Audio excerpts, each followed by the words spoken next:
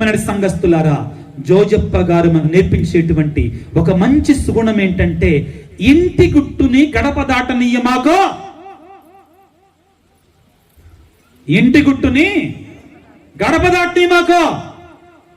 అర్థమవుతుందా? మరియ తల్లి గర్భము దాల్చింది దేవుని చేతనే జోజప్ప గారికి తెలియదు. ఏం చేశాడు? బజార్లోకి వచ్చి జుట్టు పట్టుకొని ఈడ్చుకుంటా వచ్చి, రా నువ్వు అసలు ఏం చేశావు అని గొడవ పెట్టాడండి. గొడవ పెట్టాడా భార్య గురించి? రోడ్డు ఎక్కాడా? తగువ పెట్టుకున్నాడా? ఏం చేశాడు?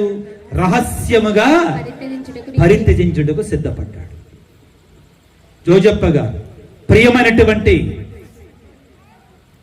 వివాహమైనటువంటి భర్తలారా, ప్రియమైనటువంటి ఈ వివాహమైన భర్తలారా, వివాహం చేసుకున్న భార్యలారా, జోజప్ప గారు మనకు నేర్పించేది జీవితాన్ని నేర్పిస్తాడండి. ఆయన కుటుంబాలు ఏ విధముగా ఉండాలి, భార్యాభర్తలు ఏ విధముగా ఉండాలి. అందరం మనుషులమే, అందరం మానవులమే. ఆర్థిక విషయాల్లో కావచ్చు, తల్లిదండ్రుల విషయాల్లో కావచ్చు, పిల్లల విషయాల్లో కావచ్చు, సంసార విషయాల్లో కావచ్చు, పొరపాటున ఒక పొరపాటు జరిగితే, పిల్లారా గుర్తుపెట్టుకోండి, పొరపాటున ఒక పొరపాటు జరిగితే అది ఇంటి గుట్టుగా ఉంచుకోవాలి. ఎలా ఉంచుకోవాలండి? ఇంటి గుట్టుగా ఉంచుకోవాలి.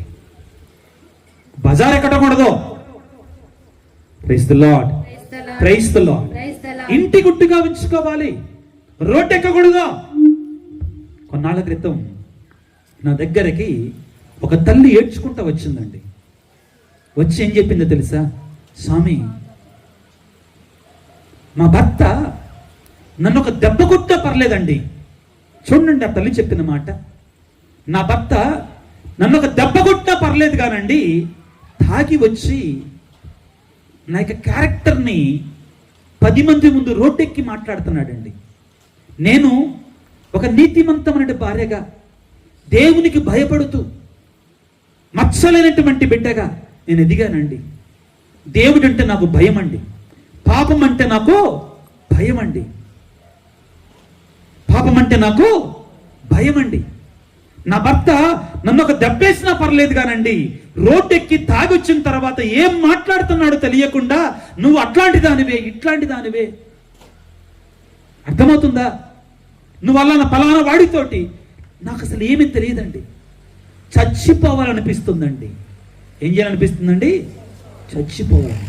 పిల్లరా గుర్తుపెట్టుకోండి, నీ భార్య నువ్వు ఒకవేళ ఒక మాట అన్నప్పుడుద్దేమో కానీ, ఒక దెబ్బ కొట్టినప్పుడు, దెబ్బ కొట్టకూడదండి ఈ రోజుల్లో, అసలు ఏ రోజుల్లోనూ కట్టకూడదు. దేవుడు మానవుని సమానంగా చేశాడు. గమనించండి. కానీ ప్రియ దేవుని బిడ్డ, నీవు నీ భర్తను కానీ నీ భార్యను కానీ అనుమానించటం అంటే లేనిపోయినట్టు నిందలు వేయటం తప్పు. ప్రియులారా, ఎప్పుడైతే యోసేపు గారు తన భార్య గురించి ఆలోచిస్తున్నాడు, తెలియదండి ఆయన నిజంగానే తెలియదు. ఆ సమయంలో దేవుడు చెప్పగానే వెంటనే తన భార్యని ప్రియులకు దేవుని బిడ్డలారా, ఈ రోజున దేవుడు చెప్తున్నాడు, నీ భార్యను స్వీకరించు.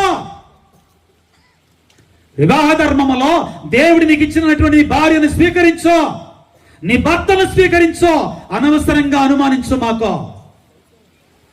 నా దగ్గరకు ఒక వ్యక్తి వచ్చాడండి, భర్త ఏడ్చుకుంటా వచ్చాడు. ఇవన్నీ జరిగిన సంఘటన, నిజాలు, జీవితాలు. భర్త వచ్చి నా దగ్గర అంటున్నాడు, ఏడుస్తున్నాడు, బాధలో ఏడుస్తున్నాడు. స్వామి, నా భార్య పుట్టింటికి వెళ్ళిపోయింది, నా భార్య పుట్టింటికి వెళ్ళిపోయింది. అయితే ఏంటంట అన్నాను. పెట్టేవాళ్ళు లేరు. ఏం జరిగింది? ఏడుస్తూ అన్నాడు. నీ భార్య ఏమైనా తప్పు చేసిందా? లేదండి చాచా, నా భార్య దేవత అండి. ఏమన్నాడు అతను? నా భార్య దేవత. మరి నీ భార్య ఏమన్నా నిన్నేమన్నా అన్నదా? లేదండి. అయ్యో అంత అందండి. నేను ఎంతంటే అంతేనండి. మరి నీ భార్య ఏమన్నా తప్పుడు పని చేసిందా? లేదండి. చిచ్చి, దేవుడు అంటే చాలా భయం అండి. బైబిల్ చదువుతాండి, వాక్యం చదువుతాండి, దేవుడి సన్నిధికి వస్తాండి, ప్రార్థన చేసుకుంటాండి, గుళ్ళో చాలా ముందుంటుందండి, మంచి పనులు చేస్తుందండి. అటువంటి మనిషి కాదు. మరి ఎందుకు వెళ్ళింది? నేను కొట్టానండి. ఏం చేశాడంట? కొట్టాడు. అందాని మాటలు అన్నానండి. ఎందుకన్నావు? ఆ తాగిన మైకంలో నాకు తెలియలేదండి. ఏందంట? తాగిన మైకంలో తెలియలేదు. తాగిన మైకంలో అన్నా, తాగి దిగిన తర్వాత ఆ మాటలు తీసుకొస్తావా? ఏరికి రాలేస్తావా? రాలేవు. పిల్లరా, జోజప్ప గారు మనందరికీ కూడా జీవితాన్ని నేర్పిస్తున్నాడండి. ఏమి నేర్పిస్తున్నాడు? ఎలా కుటుంబాలు ఏ విధంగా ఉండాలి. ఇంటి గుట్టు ఏది దాటకూడదండి? గడప దాటకూడదు. త్వరగా 2 వాక్యాలు చదువుకుందాం పిల్లకు, దేవుని బిడ్డలారా. త్వరగా వాక్యాలను చదవండి. సిరాకు పుత్రుని యేసు రాసిన జ్ఞాన గ్రంథం 9వ అధ్యాయం 1వ వచనాన్ని చదువుకుందాం. సిరాకు పుత్రుని యేసు రాసిన జ్ఞాన గ్రంథం 9వ అధ్యాయం 1వ వచనాన్ని చదువుకుందాం. మరొకరు ఎవరైనా గాని, సామెతలు 31:10వ వచనాన్ని కూడా తీసుకోండి. అమ్మా, నీవు అనురాగముతో అయ్యా భర్తలారా, నిన్ను అనురాగముతో చూసుకునే భార్యని శంకింతువేని ఆమెను నీకు కేడు చేయనట్లుగా నువ్వే ప్రోత్సహిస్తున్నావు. జాగ్రత్త. జోజప్ప గారు తన భార్య అయిన మరియమ్మను దేవుడు స్వీకరించమనగానే మారు మాట్లాడకుండా స్వీకరించాడా లేదా? Praise the lord, praise the lord. అందరి చేతులు పైకి చాచేద్దాం. Praise the lord, praise the lord, hallelujah, hallelujah. ప్రియులకు దేవుని బిడ్డలారా, ఇదిగో దేవుడు ఈ రోజున ప్రియమైన భర్తలారా, ప్రియమైన భార్యలారా, వివాహం చేసుకున్నటువంటి వారలారా, మీ భర్తను మీరు ప్రేమించండి, మీ భార్యను మీరు ప్రేమించండి. లోబడి ఉండండి భర్తకి. భార్యను ప్రేమతో చూసుకో. జోజప్ప గారు తన భార్య అయిన మరియమ్మని స్వీకరించాడు. మారు మాట్లాడలా, బజారుకి ఎక్కలా, ఇంటి గుట్టును బయట పడవేలా, రహస్యముగా పరిత్యజించాలని, అది కూడా తెలియక. ఎప్పుడండి? తెలియక. ప్రియులారా, వాక్యాన్ని చదువుకుందాం. నిన్ను అనురాగముతో చూసుకునే భార్యని నువ్వు శంకింపమాకో. శంకింతువేని ఆమె నీకు గీడు చర్యలో నువ్వే ప్రోత్సహించినట్లు అవుతుంది. సామెతల గ్రంథం 31వ అధ్యాయం 10వ వచనాన్ని చదువుకుందాం.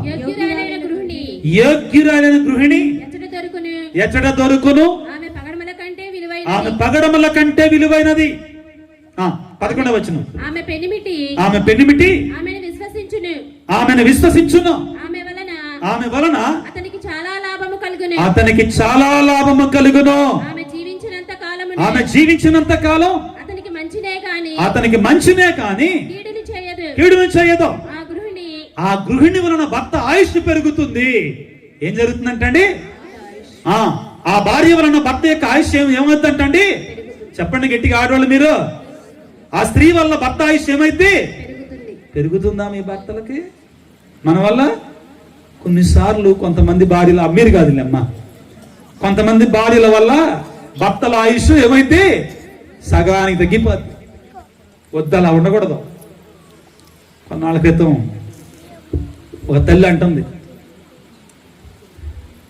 వంట వండుతుంటే, అమ్మాయి నువ్వు వండే కూడు తింటే 6 నెలలు బతికేవాడు 3 నెలలకే పుట్టుకుమంటాడు. అమ్మాయిని, నువ్వు వండే కూడు తింటే 6 నెలలు బతికేవాడు 3 నెలలకి పుట్టుకుమంటాడు.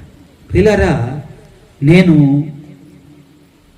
పురుషులకి ఇచ్చే సలహా ఏంటంటే, నీ భార్యను అనవసరంగా శంకించమాకు. ప్రేమించు. భార్యలకు కూడా అంతే, భర్తల మీద ప్రేమను చూపించాలి. జోజప్ప గారు, మరియ తల్లి దేవుని చేత ఏర్పాటు చేయబడినటువంటి భార్యాభర్తలు ఎప్పుడు కూడా ప్రపంచాలు లేవండి. శ్రమలు లేవా వాళ్ళకి? కష్టాలు లేవా వాళ్ళకి? నీకంటే అందరికంటే ఎక్కువ శ్రమలు వచ్చాయి. అయినా కాని పిల్లరా, ఇదిగో వారిరువురు కూడా ఎలా ఉన్నారు? పొందికగా ఉన్నారు. ఎలాగున్నారండి? భార్యాభర్తలు ఎలాగా ఉండాలి ప్రియులకు దేవుని బిడ్డలారా? సిరాకు పుత్రుని యేసు రాసిన జ్ఞాన గ్రంథము 26వ అధ్యాయము, త్వరగా చదవడం ముగించుకున్న పిల్లరా. సిరాకు పుత్రుని యేసు రాసిన జ్ఞాన గ్రంథము 26వ అధ్యాయము 3వ వచనాన్ని చదువుకుందాం. మంచి ఇల్లాలు శ్రేష్టమైన వరము వంటిది. ఎవరికి దొరుకుతారంటే అట్లాంటి వాళ్ళు? దైవభీతి కలవారికి ఆ వరం వస్తుంది పిల్లారా. ఒక రోజంట ఒక తల్లి విచారణ స్వాముల దగ్గరికి వచ్చి భర్త మీద కంప్లైంట్, స్వామి నేను ప్రార్థన చేసుకుంటున్నా, భక్తిగా ఉండాలనుకుంటున్నా, దేవుడికి చెందిన దానిలాగా ఉండాలనుకుంటున్నా. ఈ సంఘంలో నేనే ఎక్కువ ప్రార్థన చేస్తా, ఈ సంఘంలో నేనే ఎక్కువ ప్రార్థన చేస్తా స్వామి. కానీ నా భర్త ఇంటికి వచ్చి తాగి గొడవ చేస్తున్నాడు స్వామి. రోజు కూడా గొడవ, నిద్రపోలేకపోతున్నా స్వామి. ఏం చేయాలో అర్థం కావట్లేదంటే ఇక విచారణ స్వాములు అన్నారంట, అమ్మా ఈసారి నుంచి నీ భర్త తాగి రాగానే నువ్వు బైబిల్ తీసుకొని చదువుతా ఉండమ్మా అని చెప్పారంట. ఏం చేయమన్నారట? బైబిల్ తీసుకొని చదువుతా ఉండమ్మా అని చెప్పారంట. సరే, ఒక వారం ఆగిన తర్వాత ఇక మళ్ళీ స్వాముల దగ్గరికి వచ్చింది. వచ్చి అన్నదట, లేదు స్వామి పని చేయటం లేదు, అయినా గొడవ పెట్టుకుంటున్నాడు స్వామి అని చెప్పి. అయినా గొడవ పెట్టుకుంటున్నాడు స్వామి అందట. సరే అలాగుందా అమ్మా, ఈసారి నుంచి జపమాల చాలా శక్తివంతమైంది. నీ భర్త ఇంటికి వచ్చినప్పుడు అలాగ తాగి వచ్చినప్పుడు నువ్వు మోకాళ్ళ మీద ఉండి జపమాల చేపించుకుంటా ఉండమ్మా అని చెప్పింది. ఏం చేయమన్నారు? మోకాళ్ళ మీద ఉండి జపమాల చేపించుకుంటా ఉండమ్మా. ఒక వారం ఆగిన తర్వాత మళ్ళీ వచ్చి, స్వామి జపమాల చెప్తున్నా కానీ ప్రయోజనం లేదు స్వామి, జపమాల చెప్తున్నా కానీ ప్రయోజనం లేదు స్వామి. ఏం చేయాలి అర్థం కావట్లేదంటే ఫాదర్ గారికి అప్పుడు అర్థమైంది. ఏమన్నారంటే, అమ్మ ఈసారి మీ ఇంటికి మీ భర్త తిరిగి వచ్చినప్పుడు, సాయంత్రం తిరిగి వచ్చినప్పుడు నువ్వు ఒక గ్లాసు నీళ్లు నీ నోట్లో పోసుకోమ్మా. ఏం చేయమన్నాడు? గ్లాసు నీళ్లు నీ నోట్లో పోసుకో. మరి మీరు సాయంత్రం ఇద్దరు నిద్రకు పోయేదాకా ఆ నోట్లో ఉన్న నీళ్లు ఉయ్యమాకమ్మా. ఏం జరిగినా ఉయ్యకూడదు, ఏం జరిగినా ఉయ్యకూడదమ్మా నువ్వు అనగానే వారం ఆగిన తర్వాత ఫాదర్ ఇట్ ఈస్ వర్కింగ్ అని వచ్చిందంట.